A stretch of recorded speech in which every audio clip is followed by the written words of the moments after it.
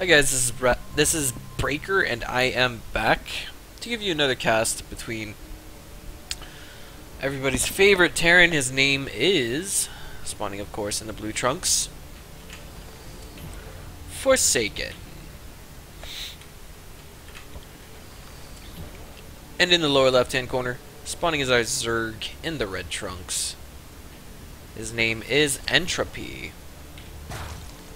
Now, I'm not entirely sure, but I want to say that this is not my first time casting Entropy. I think I might have caught his replays from the front page of Drop.sc.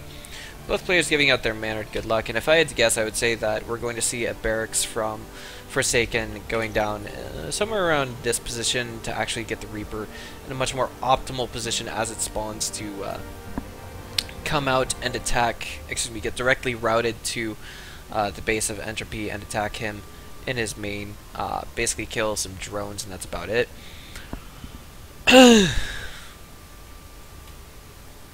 just don't know what to fill the time with. Well, let's go ahead and talk about my daily habits. Okay, yeah, basically, I like to wake up every morning and then cast a game of StarCraft 2 or 2. Personally, I'm only a Diamond League player, but at this stage, you know, with the level of play that I am at, I can tell what is going on in the game. I can't really, like, I can't just say, you know, I'm looking at, I don't know, PvT and TVT, PvP, anything that excludes a Zerg player is basically not my specialty in casting. Like, let me give you an example. Apollo StarCraft 2, he basically went into talking about, like, this is, I think it was Sase playing against a Korean Zerg in the Heart of the Swarm beta, and what had happened was, like, the Protoss ended up going with a double forge opener, and he's like, you know, Sase ended up going with that double forge opener, and with that, basically, you know, he went into this super in-depth analytical mode, and he said, this is going to end with Sky Toss. Of course, the game itself, Sase was just absolutely getting pummeled, and there's just a non-stop stream of Zerg coming at him, so I don't think he actually ever had the time to actually tech up. And we actually saw a Marine in production from Forsaken, but he did cancel it and make a Reaper. He actually has a second one on the way as well. I kind of like that move. I think he was actually just making a Marine to actually deal with the drone, the harassing drone, if you will. And finally, it looks like we had an extractor trick going down from Entropy, and finally we actually have a real extractor going down. Getting out that metabolic boost will be critical to dealing with the Reapers. Of course, I want to say that like 4 to 6 lings is more than enough to deal with.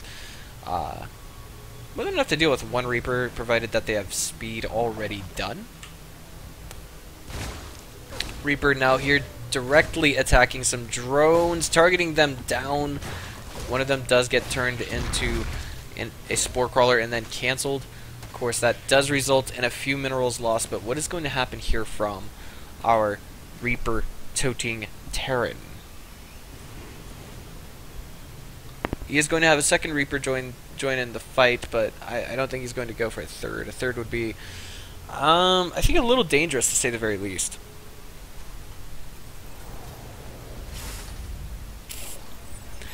Now, finally, we have the third command center on the way. Natural command center is just about to finish up, and it will more than likely be directly upgraded. Yeah, it's going to be directly upgraded into an orbital command. You never know, guys. Those games where you encounter Masters level map hackers that go for a planetary fortress defensively, and yeah, no, I'm kidding. Forsaken is not a map hacker. It was a joke, guys.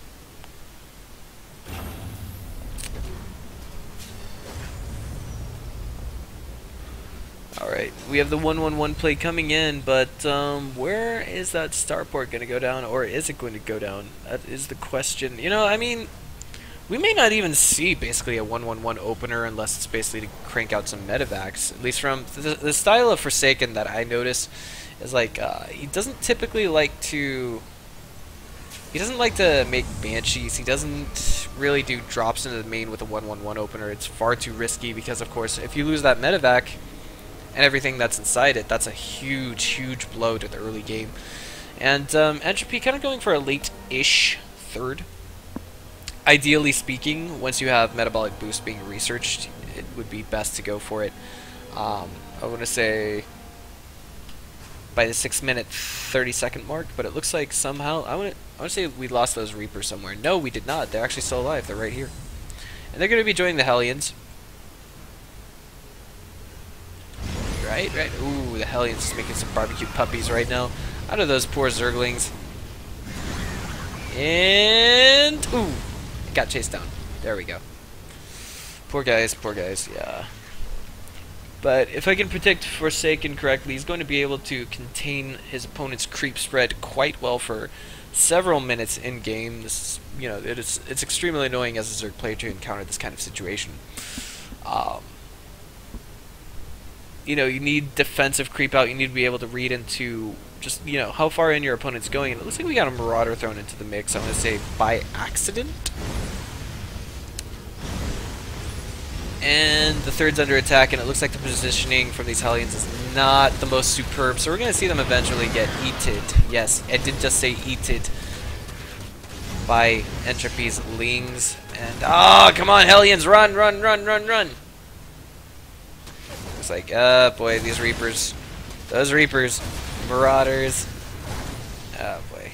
One Marauder got put into the mix there. I'm a little bit curious, like, what is Entropy reading into this as? I mean, he did follow that up with a Baneling Nest. He had excellent defense there. But altogether, I don't quite know what to make of this just yet. Of course, we are going for the, as expected, the bio follow-up from forsakeN. Really doesn't like to do too much mech, but of course, the one thing that we have to see from Entropy is basically spreading creep. If he wants to be super annoying, maybe burrow a single Ling at the 3 o'clock position base here. 5 HP Hellion gets absolutely obliterated. So we actually see Entropy in an okay position. He's actually aiming to throw away. Oh wow, that was pretty clever. That was a very clever move by well, that was a clever move by forsakeNXE. He just basically unburrowed his Widowmine to keep it from firing off its shot on a handful of Lings, as opposed to an entire mass of Lings, like right here. I'm a little curious to see just like how many Lings can a single, you know, just a single Widowmine take down. That would be quite interesting. +1/+1 finishing up for Entropy. I'm thinking that this could this will basically lead into Ultralisk Fester towards the late game. And now we have, this is quite the interesting choice, Pneumatic Carapace being researched by Entropy as well. So he's like trying to get some speedy Overlords out, and ooh, finally spreading creep.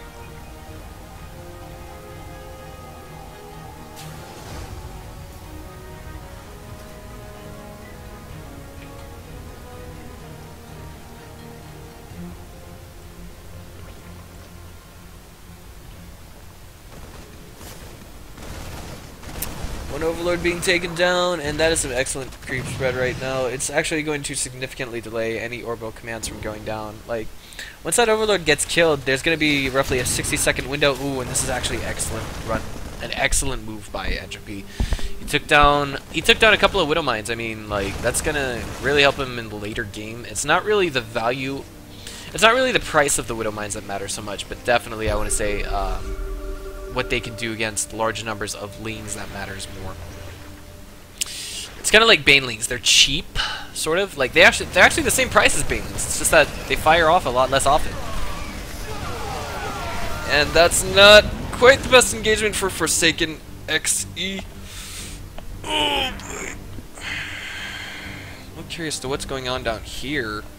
These Marines just now catching on to the Overlord spreading creep. So this timing, and I like this move a lot by Entropy, is actually putting the Overlord on hold position. This will keep it from spreading creep in directions that it doesn't want to spread creep in directions to, or actually it'll also keep the Overlord from moving. So it'll keep it at an optimal creep spread position, if you will, to delay the third from going down. And we actually see that basically the Orbital Command arrives here, and it's going to take a while for it to actually get put down.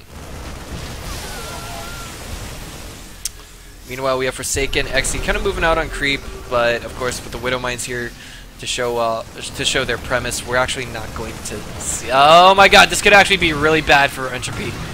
Mutalisks come in, and I think mixed with the Lings, they could do some okay damage versus these Marines. No, they don't quite do it.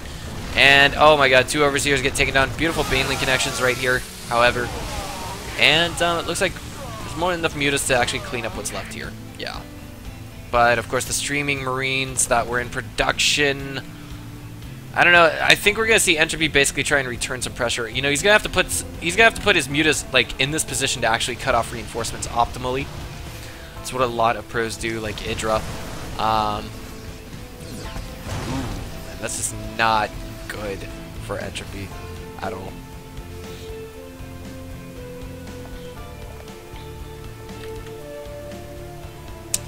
So far, both players just kind of breaking away, kind of even, and this is a kind of a 3.5 base hive, if you will. 4 base hive, not a bad idea.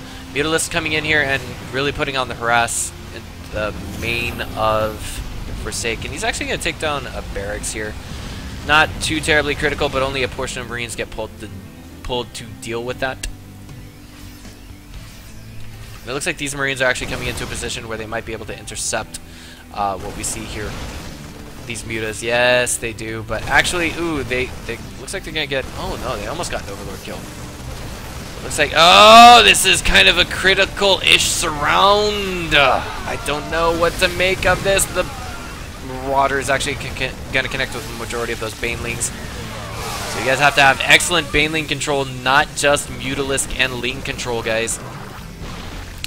+2/+2 already finished for, I want to say, both sides of the map. Let's see. Yes, it is. The main is actually kind of wide open to some worker kills. But at this stage, I want to say, with the level of play we're going into, I want to say that that would actually be a favorite Forsaken right now if Entropy were to actually move in and start killing SCVs. Like, look at how many SCVs there are here. It's ridiculous. There's 28, 29 SCVs.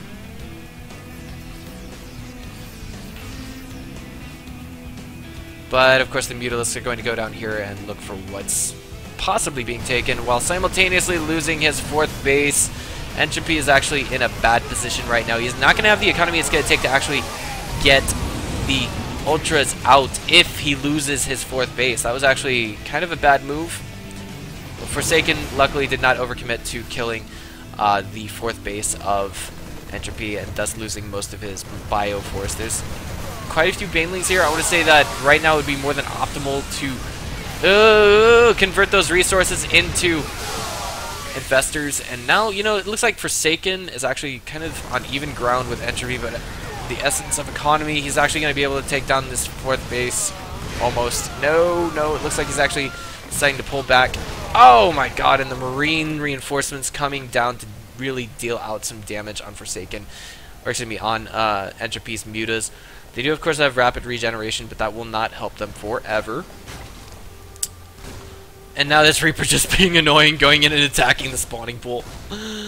I guess trying to give up. Ooh, the mock-up of a medevac drop. And oh my god, that's a lot of Mutalisks just being lost right there. I would have rather exchanged all of those Mutalisks for all the SCVs. But oh wow, get a look at this. This SCV over here, wow. Well, it looks like this is an okay engagement right here for Entropy. He's actually ahead in supply right now, so if there was ever a window for him to push back, it would definitely be now. His +3/+3 is going to finish before, you know, his +3 attack is going to finish before the +3 attack of his Terran opponent, so he'll have a slight lead in that essence. But of course, now is definitely the time, if ever, for him to push back. He's actually pulling his main forces into the main. Lol. The way I said that. Looks like we have a medevac drop kind of going out on creep, and with that, I just don't know what to say. There we go. The 4th does finally fall from Forsaken. It looks like we have a Widow Mine here, basically being used to kite. No. Oh, it targeted down an egg. Interesting. But as long as it's there, we will see Entropy in a position where he cannot actually rebuild that base. And this will make his economy suffer anymore. Let's go into the income tab right now. We actually have Forsaken in a huge lead, but of course, most of his income is coming from mules.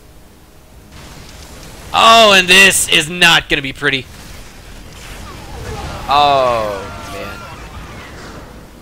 Well, both players, despite that, actually on even income. Ouch. And the larva being targeted down. I'm not sure if our Zerg actually lost anything there from those last two Widow Mines. And there we go. Forsaken is actually poking up into the upper left-hand corner of his opponent's base, microing those Marines to actually kill some drones. Meanwhile, we're going to have a small Bioforce coming over here, killing the units that are going to try and distance mine. If not, try and get the prevention on the 4th base. It looks like it didn't even get cancelled. That was how narrow the window, the timing window was to prevent that base from being rebuilt. Of course, another medvac drop into the main. Beautiful harassment moves by Entropy left and by Forsaken left and right. And now we have Entropy actually opting to rebuild that spawning pool. This is actually extremely critical. As long as he does not have the spawning pool, he would not have the ability to make the most basic Zerg reinforcement units. And this is where the game will take a turn downhill. We actually see a huge, massive supply difference right now at 149 to 195. Fractional, yes, but of course, it's still, you know, it's not even overlapping, but at the same time, it's still quite critical. That spawning pool will actually be, you know, I mean, sure, the supply difference isn't so large right now, but if we just check what is actually out on the map right now, it makes a huge difference. Now there's nothing but Ultralists in production, and now we see that Entropy stuck at 179 supply to his opponent's 200, completely maxed out and ready to attack and kill him supply. Go. 3 Ultralists unfortunately cut off from the rest of them, and that's because there's a drop going down, a double medevac drop going down in the main. So the main hatch and the 5th base hatch both got taken down. We actually see Entropy in what appears to be the beginning of the end. If Idra was in this position, he would have typed GG and left the game. Creep spread is absolutely excellent for you know, Entropy right now. There's no doubt about that. It's just that his multitasking right now is getting totally taxed.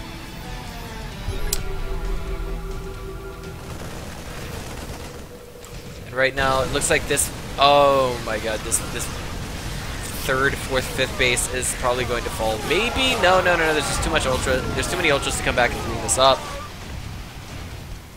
And now I think Entropy has a small window where he can at least try to attack. Killing the infrastructure of his opponent would be very critical right now. I think maybe dropping 2 Ultras in the main to do that. Maybe an Ultra and a small group of Lings. Maybe 1 or 2 Overlords full of Lings to do that would actually be a good idea. But no! The fungal growth needs to go down for Entropy to hold this attack, and it does. Beautiful, beautiful fungal growth at that. But unfortunately, it looks like the Infestors are getting put into the front position. And now we see Forsaken actually opting to throw away his SCVs. Entropy can see this, and he has to think, oh my god, now is the time for me to push back. You know, Forsaken, he just has the ability to feel this. He's like, okay, well, I don't care if I lose workers. I don't care if it's 17 workers. That's 17 supply. I need to make more critical units. Now Entropy is looking like he's ready to move in and do some damage, but like right now I would have preferred this attack path much more than the top route attack path. Finally we see Forsaken moving in to kill the creep tumors, and oh my god, there's just so much more that I think Entropy could be doing. Like, he's gonna have to actually scout this 4th base. Does he actually know that it's there? Let's see. He doesn't. He has no clue it's there. Well, I mean, of course the 3 o'clock position, 4th base, he knows about, but I meant to say the 5th base. His creep almost basically... His creep saw a command center earlier, but that was basically the one that went to the lower right. Oh my god, this Ling is so blind! It stopped just short of actually scouting the lower right-hand expo.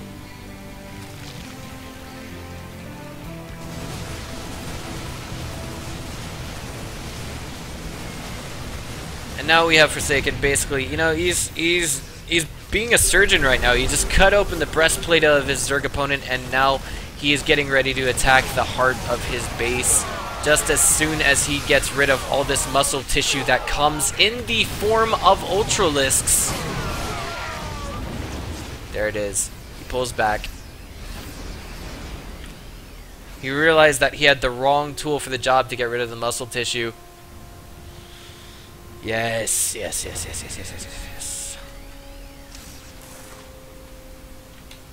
Ultralisk pulling back to the 4th base. It looks like there was some kind of a drop harass movement that didn't get stopped in time.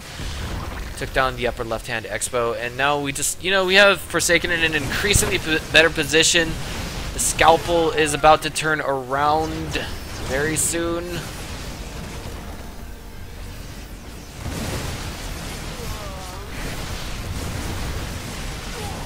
And I don't know if we're gonna... Oh, boy.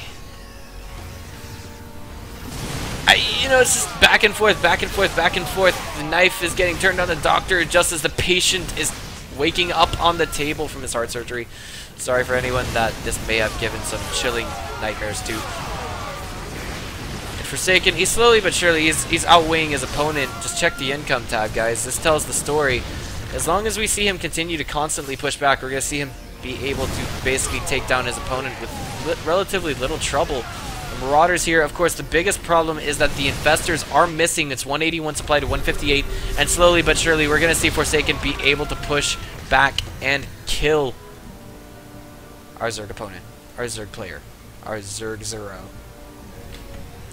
How many barracks are there right now? Let's just see. There's 14 altogether. Some of them have reactors, some of them have tech labs. That means we've got 5 Marauders being cranked out at a time, along with 4 Marines being cranked out at the same time. But of course, it's almost as though Forsaken has forgotten that he actually has reactors on some of these barracks. But of course, at the same time, if we check his macro score, it's just so impressively low right now. He throws a drop into the main again. Of course, unfortunately, it looks like he's only going to kill a Spine Crawler, and these slings will be more than enough to clean it up. But of course, it stretches Entropy's resources thin, and there it is. The last Infestor dies, sort of. Yes, both of them. Fungal growth going to waste, unfortunately, and it seems like Entropy is in a constantly non-stop, you know, just increasingly worse position to be in.